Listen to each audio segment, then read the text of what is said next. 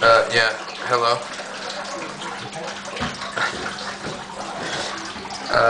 This is Tim Rogers from, this is Kotaku.com. It's also YouTube. We're here in the Nataraj Indian vegetarian restaurant in Ogikubo. It's on the Chuo line. It's, if you want to stalk me, that's Chuo line, so Ogikubo. Come on out next Friday if you're free. Around lunchtime, I might be in here. Just, you don't even have to say hello. You can just sit over there. And I'll be sitting right here. Notice that's the table. This is where I sit. Anyway, we're going to be reading, this is this week's issue of Famitsu. This is last issue of the year. I just put my finger over the microphone. I said that's the last issue of the year. Notice, we're going to go over the cover because this is very, very important. Okay, up in the corner. Notice that Famitsu opens left to right like a Western magazine. And the back cover is the most important part because that's what...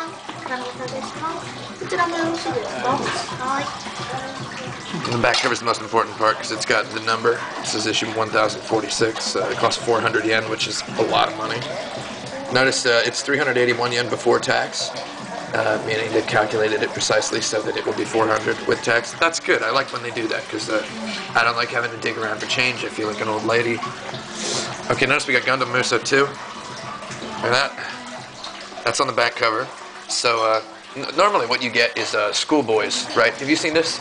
Schoolboys in the convenience store reading Famitsu. I mean, they're not going to buy it. They don't have to. All they need to do is hold it. They're advertising this for free. Famitsu makes more than enough money off advertisements, more than they would possibly need to make, more than they possibly do make off of sales. 400 yen an issue.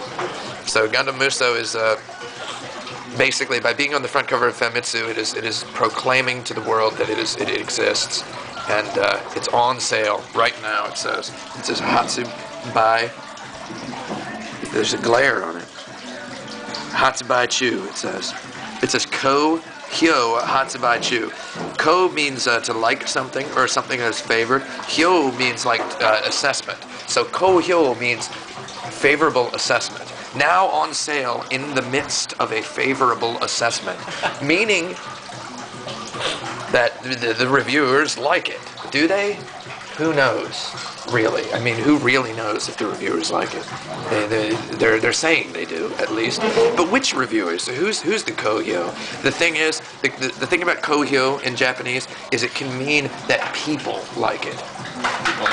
People in general. Somebody likes it, and it's on sale. That's what that means. In other words, nothing. That's also not a lie. It is not a lie either. So, in other words, you get this thing that's not a lie, but it's not really true. Also, notice the tagline for this is Densetsu Aratana Jidai. The legend continues in a new generation. And so it is PlayStation 3 and it is Xbox 360, but it's also PlayStation 2.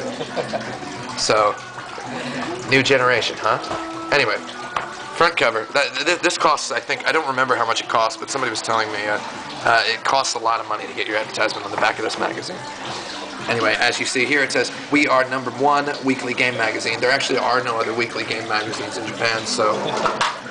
By default. Yeah, by default. They're not going to say we are #1 weekly game magazine by default, because WGMBD doesn't look right, I guess. Anyway, also the tag up at the top, we've got Dobutsu no Mori calendar. We've got an Animal Crossing calendar and Dragon Quest X Wii release announcement. Ooh, that's a kind of a weird pairing to put an "and" on. It's Animal Crossing calendar and Dragon Quest X announced for Wii. What does that mean? Those are the features of this issue. So, in case you didn't notice, you look down here. Animal Crossing Wii calendar 2009.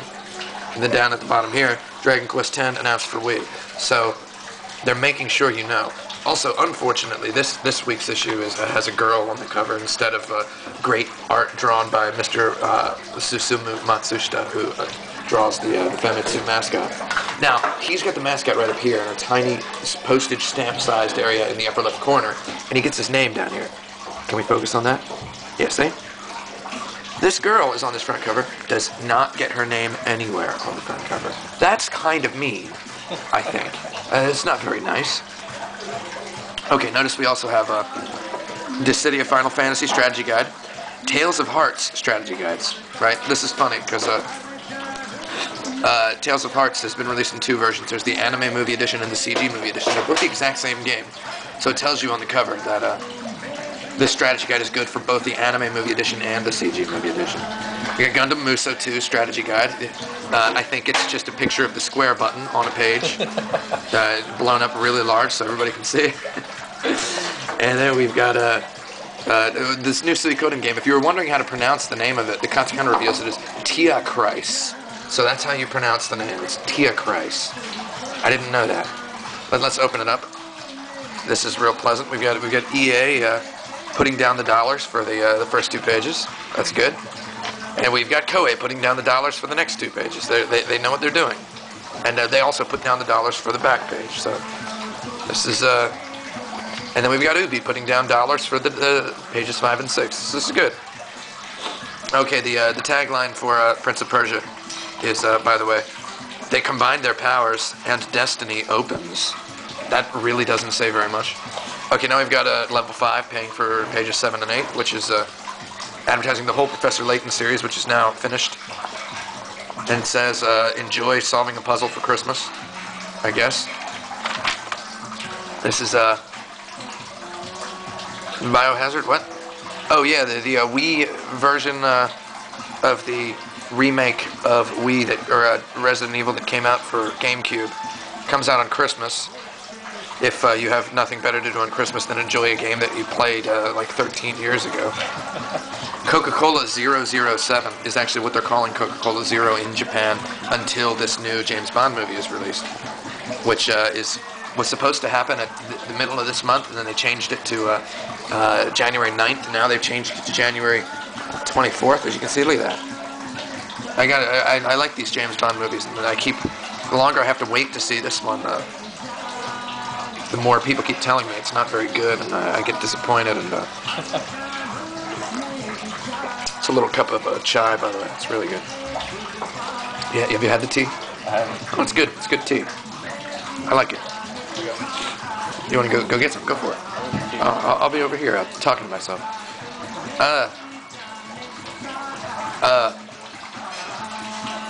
Yeah.